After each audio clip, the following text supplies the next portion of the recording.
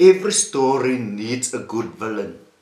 And every story needs a hero that is strong enough to fight against that villain.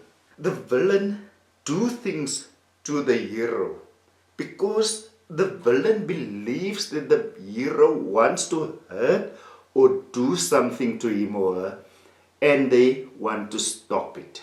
And the hero, of course, have to try and stop the villain. And I will say this now. It is in that fight between the hero and the villain that the story lies.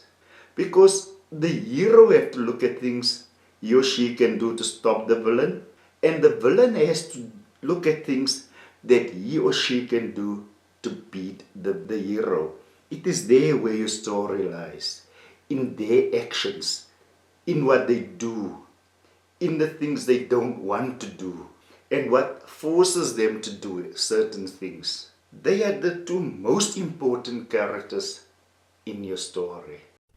Conflict does not only touch your protagonist, your antagonist also have a conflicting situation.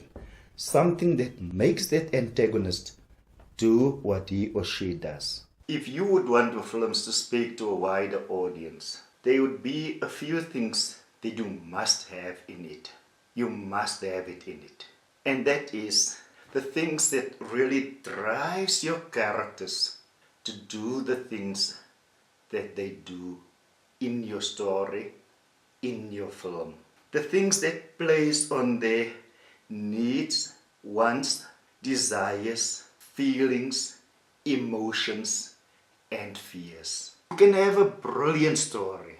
You can have a story that people surely will like.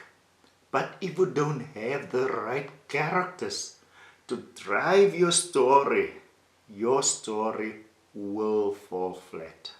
I am Isaac, and this is How to Write a Screenplay, a step-by-step guide.